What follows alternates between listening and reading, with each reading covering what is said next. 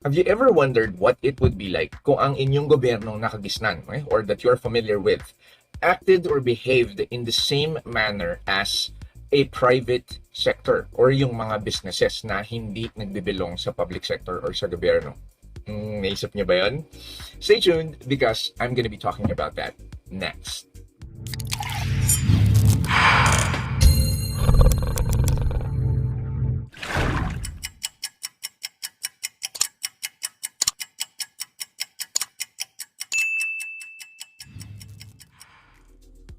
Welcome back mga ka-VJ. Okay, I would like to welcome you to my new vlog today. Okay, sorry, medyo natagalan akong gumawa ng vlog, no? I think the last vlog that I uploaded was 2 months ago. I got really busy with a lot of stuffs. Okay, so welcome to those of you who are just passing by, who are new to the vlog. I hope that you would watch this up to the very end, and should you like the content that you see here, I would like to invite you to actually click the subscribe button, okay, over there, okay, and I hope that you will find something interesting, okay, in this vlog. So now, before natin pag-usapan yung pinost ko na musing na question dun sa beginning nitong vlog na to, okay, ano ba yung premise, no? Siguro, well, all of us naman, no, meron pa tayong hangover ng kakatapos lamang na election ng May 9, okay, and a lot of us are still heartbroken. Oh, yung iba hindi pa makamove on, tapos a lot of us, kumonti na yung mga friends natin sa Facebook. Kasi nag-sever tayo ng mga ties with friends or supposedly friends, even family, okay, and colleagues dahil sa magkaiba, okay, na political views, okay, and all of that, no? And there were a lot of drama and a lot of incidents that have transpired ever since nag-commence yung the campaign period down to the very election day. Actually, hindi pa nga natatapos yung mga drama na yun, no? Kasi madami pa ring trolls. Okay, even after the election is long over. Me, okay, I was very vocal about who I was supporting for, and a lot of you know that isa akong kakamping. Okay, nandun ako sa meeting di Avance. Ako yung may suot na sibuyas. Ito yun. Noong nasa Ayala ako, no? So but again, knowing na ito yung naging resulta and we are all working in a democracy, okay, the best thing for everyone, no, whether you are from the camp that won, okay, or that will be proclaimed as the new president and vice president, or doon sa ibang kandidato na sinuportahan ninyo, okay, the one thing that a true Filipino needs to do is to support, okay, the government, support the leaders. Okay? Wala tayong dapat gawin, no? I don't want to say wala tayong magagawa, no? Wala tayong dapat gawin kundi magkaisa, okay, and suportahan ang ikabubuti, okay, at progress ng ating bansa. Eddie, wow. Diba? So I want to share with you, no, yung premise nitong bakit ito yung gusto kong gawin na vlog today. Kasi for those of you who do not know, I graduated with a bachelor's degree in public administration, okay, from the University of the Philippines in Diliman. Okay? So that being said, mag-disclaimer ako, no, hindi porke graduate ako ng PA, public ad, hindi ako subject matter expert. Truth be told, guys, hindi talaga ako matalino, especially in college. And yeah, a lot of you know, gumraduate ako na cum laude, so with honors. Pero hindi yun dahil matalino ako, dahil yun sa masipag ako, I was diligent, I was a very responsible student. Pero yun nga, sinasabi ko, hindi talaga ako matalino per se, unlike yung mga classmates ko from Masay, Pisay, Kyusay, and you know, all of the other exclusive schools na pinanggalingan nila. Okay? So, pero, also that being said, gusto kong i-share with you guys yung aking isang very memorable memory. Wow, redundant, diba? May isa akong na hindi makalimutan na sinabi ng isang professor, no? Si Professor 𝗦𝗵𝗿𝗲 Cantilier. Okay, sabi niya sa amin, so, my dear students, if you are eyeing a career path in the public sector, in public office perhaps, or basta in a public position or public government office, ang sabi niya, I have one piece of advice. Okay, I want you to try it first in the private sector before you actually move back to the public sector or the government. So tinanong namin, sabi namin, ma'am, bakit ganun? Ba't ganun yung advice mo sa amin? Okay, hindi ba dapat kaming public agad, kasi nga public administration kami, diba? So sabi niya, the very basic reason that I'm giving that advice to you is primarily because there are certain practices and should I say best practices that you need to be able to acquire, okay, or at very least expose yourself to, and yun nga, acquire And then once it's already incorporated or part of your system, then should you decide to go back to the public sector or to the government, bitbitin ninyo yun, because that would prove not just helpful but extremely beneficial when you are already in the realm or in the world of the public sector or the government that we know of. Okay? So, I followed that advice, no? Pagka-graduate ko, ay actually hindi, nagtrabaho muna ako briefly the Department of Foreign Affairs, pero following my short stint there sa DFA, lumipat ako immediately. Lumipat ako right away sa private sector, which was Pioneer Insurance. So, doon nagsimula ang aking career in the private sector. Tapos, hindi na ako talaga bumalik sa public sector. So, yun, no? So, I wanted to share that with you. And doon nagbe-base or doon yung premise nitong ating vlog for today. Na ano ba ang palagay ko, personally lang, based on experience and observation and several facts based on, hindi galing sa TikTok or YouTube, galing sa pagsusuri at sa pagre-research. Okay? So, what are the things that we can consider best practices that the government or the public sector would have benefited from kung gagawin niya or i-apply niya yun coming from the private sector? I will just give you some, and here they are. I guess unang-una na gusto kong isama dito sa ano ba yung dapat na gayahin, no, ng government, ng public sector sa private sector. Siguro itong very high, if not strict and demanding qualifications in order for you to be able to join that organization or kumpanya. Kasi, di ba, galing nga natin sa eleksyon. So, pag-usapan natin yung mga pinakamatataas na positions, no? So, ikaw ay leader ng LGU, whether you're a mayor, a vice mayor, you are running for Congress, Senate, okay, or the highest positions in the land, no? Vice President and President. Okay? Tingnan natin yung basic qualification para pagtatakbo ka, ano ba yung mga kailangan mo? O, sige, let's go for gold. Doon tayo sa presidente.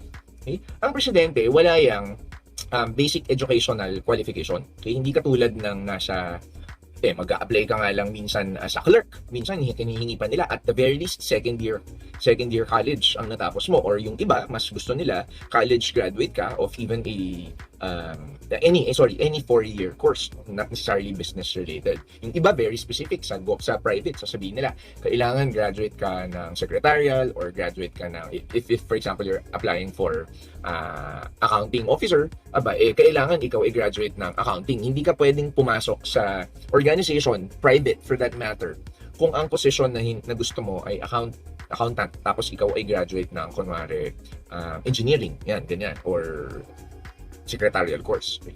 So yun yung sinasabi ko, no? So sa president, vice president, and all of the other higher positions in government, walang ganong basic requirement. Okay? Hindi siya ganun kahigpit, no? Even experience, hindi nagre-require ng X number of years of experience ang mga ganitong posisyon sa gobyerno.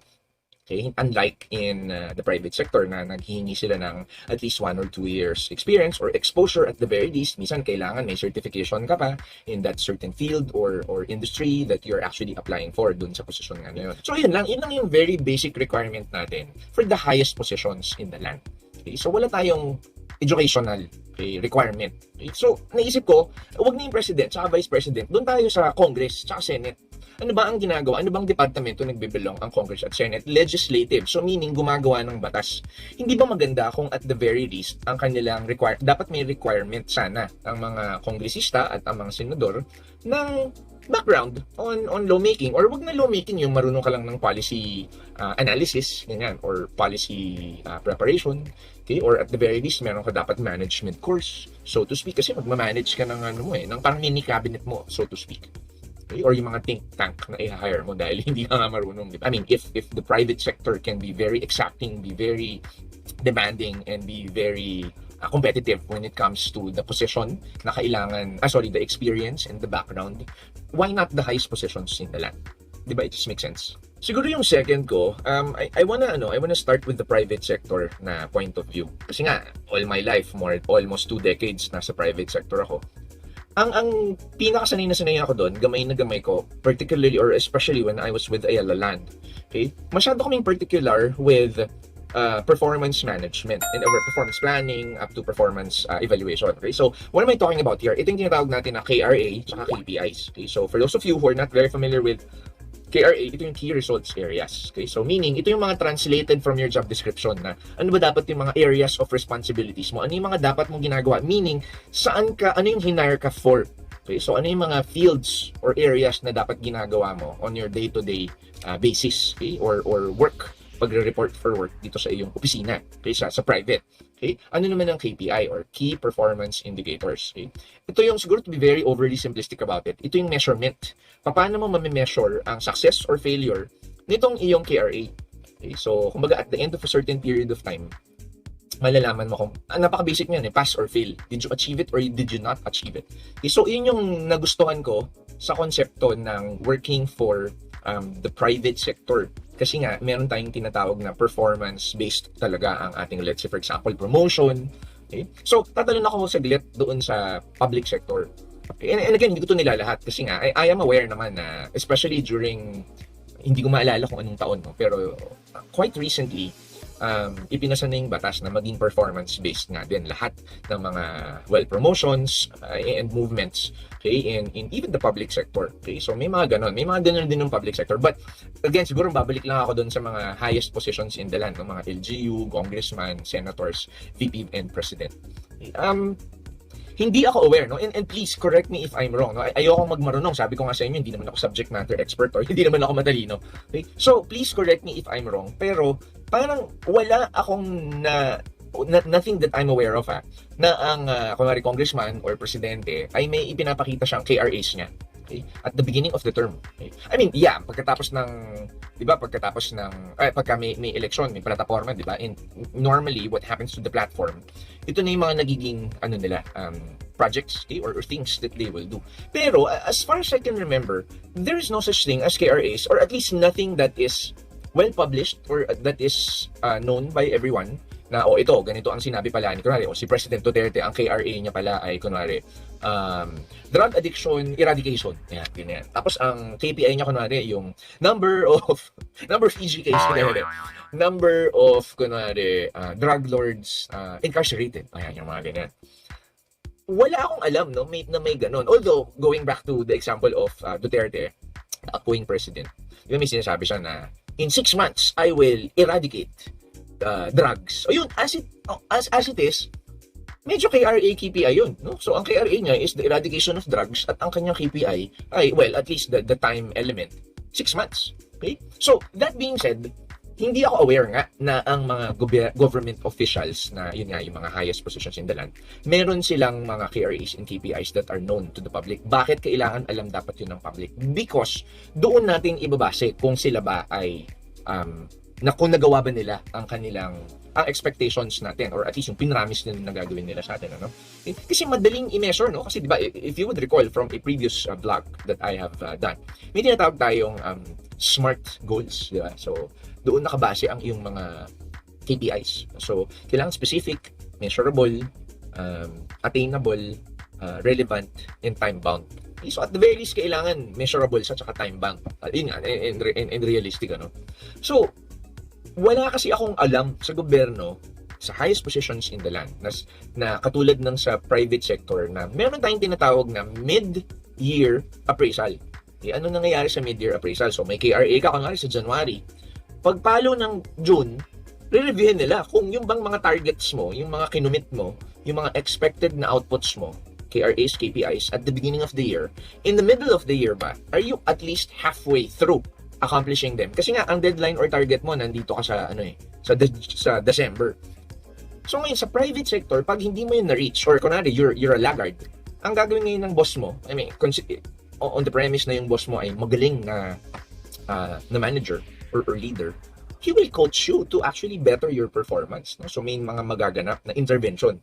Okay? Tapos, to a certain extent, pag dumating yung December, tapos hindi mo na-meet ang iyong target, so fail ka, no? Kunwari, for lack of a better example, sinabi mo, kunwari, 10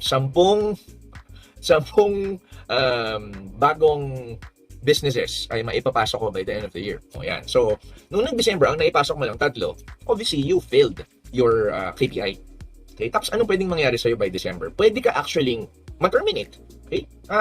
Not just because of loss of confidence, but because you failed your performance appraisal. Okay? Or kung meron ka namang security of tenure for, kunwari, hindi ka mapopromote. Ganyan nga. Wala akong alam na kunwari sinabi ni Duterte na, ito, ganito yung aking gagawin. On his 3rd year, wala tayong midterm assessment. Well, merong assessment, pero wala tayong ginagawa. Okay, na ako na, hindi niya na-meet yun. Ako na, sinabi niya, by the end of my term, tayo ang magiging pinakamayaman na bansa sa buong Southeast Asia. Tapos, noong third year niya, in his term, naging tayo pinakamahirap sa Southeast Asia. Hindi natin siya pwedeng i-impeach kasi hindi yun impeachable. Yung kanyang case na yun, no? Yung hindi niya lang nasunod, yung kanyang pinapromise. Hindi siya impeachable per se. Okay, tapos, wala naman tayong walang intervention per se na alam ako na katulad ng yun sa private. Okay? So I guess yun lang yung sinasabi ko na kapag ka ang public sector, specifically the highest positions in the land, it would be great if they made us know of their KRAs, their KPIs, and there were midterm evaluations, there are interventions, and at the end of their term, kailangan meron tayong rating ng pass or fail, and then kailangan may consequence yun sa kanila. Kasi di ba ngayon, pag natapos yung termino ng presidente, that's it, or ng senator, congressman, well, hell, they can actually run for another term. Okay? So yung mga ganun, no? Siguro especially dun sa mga pwedeng mag-run for another term, baka dapat pag nag-fail ka dun sa appraisal mo, dapat di ka na pwedeng tumakbo. Bad ka na for life. Yung mga ganun. So, siguro, as an aside, yung isa lang na sinasabi about yung mga political dynasty, hindi ako 100% against that. I mean, kasi, kung ang tao naman ay may kakayanan, may kapasidad, okay, qualified, going back to my very first point, qualified naman siya dun sa posisyon, may experience, may kakayanan, okay, your last name, your surname, your lineage should never be a hindrance to you getting that position. Ngayon, ibang usapan yun, yung kapag wala kang kakayanan, di ba? So that, ladies and gentlemen, is the end of this super short, well, hindi sa super short, no, pero 2 points lang yung aking diniscuss dito sa vlog na to. Okay? And again, sabi ko nga, ang disclaimer ko at the beginning of the vlog, hindi ako subject matter expert. Please feel free to tell me that I made a mistake or a wrong assumption. Okay, and I will be willing to accept that as long as it's a fact and not a TikTok opinion. So ayun, no, hindi naman masama mangarap at hindi rin masama ang mag-isip, okay, ng kung ano ba ang mas makakaigi, makakaganda, makakabuti, makaka-improve, develop better, okay, sa ating pamahalaan. Okay, I think at the end of the day, we are all Filipinos and that's what we want. Okay, a better, a brighter future for not just us but also for the next generation or our children. Okay, so with that, I say thank you for staying up to the very end of this vlog, and from here in 𝗟𝗏𝗏𝗲, I wish that all of you are safe, healthy, fully vaccinated, hopefully with the booster, happy, loved, and feeling nationalistic and supportive, okay, of everyone in our nation. Okay, I will see you guys in my next few vlogs. This is PJ Bentong. If you like this video, please click like, share it on your social media, and if you haven't yet, click subscribe and that bell.